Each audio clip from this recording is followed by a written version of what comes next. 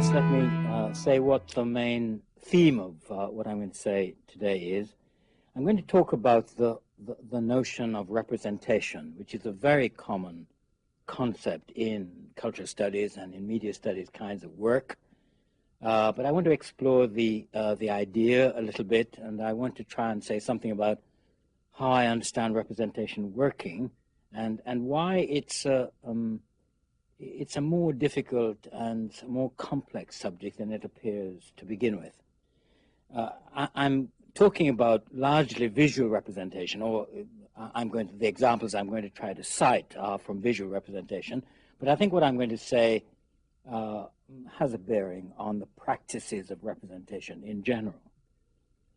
I choose visual representation because it's a kind of cliche to say that in the modern world our culture is saturated by the image in a variety of different forms.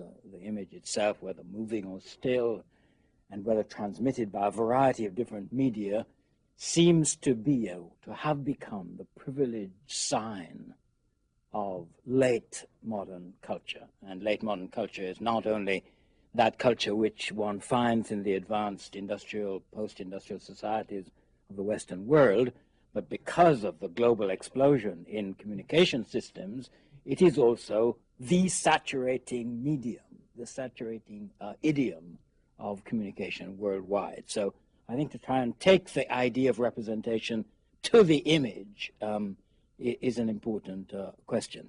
And cultural studies has paid a tremendous amount of attention in one way or another to the centrality of representations and of the practice of representation. And media studies itself is, in an obvious sense, concerned in part with the variety of different texts, in my instance, visual texts, representations, which are transmitted by the media. But I'm going to stand back from that a bit to begin with and try and look at the process of representation itself.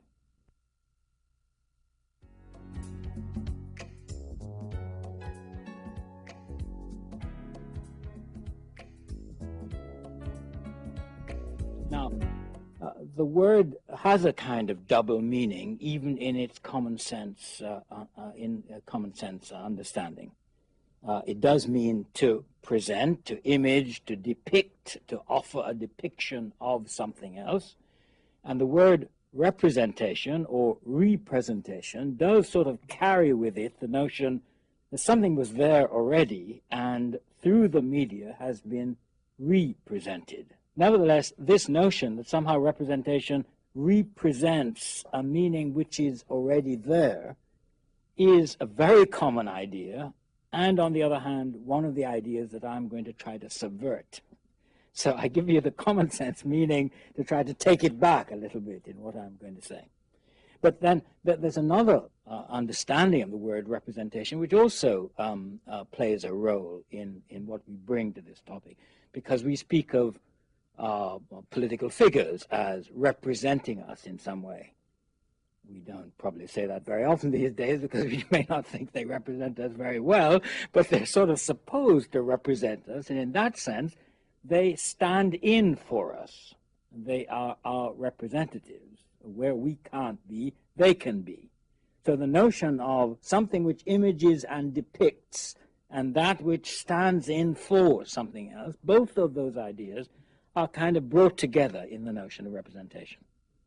Now, what this idea that media practices, among other things, represent topics, represent types of people, represent events, represent situations, what we're talking about is the fact that in the notion of representation is the idea of giving meaning. So the representation is the way in which meaning is somehow given to the things which are depicted through the images or whatever it is on screens or the words on a page which stand for what we're talking about.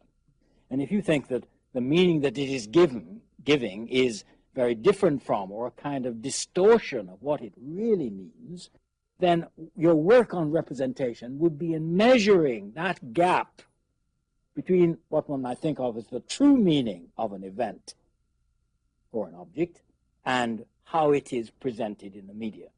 And there's a lot of very good work which is in media studies, which is exactly like this.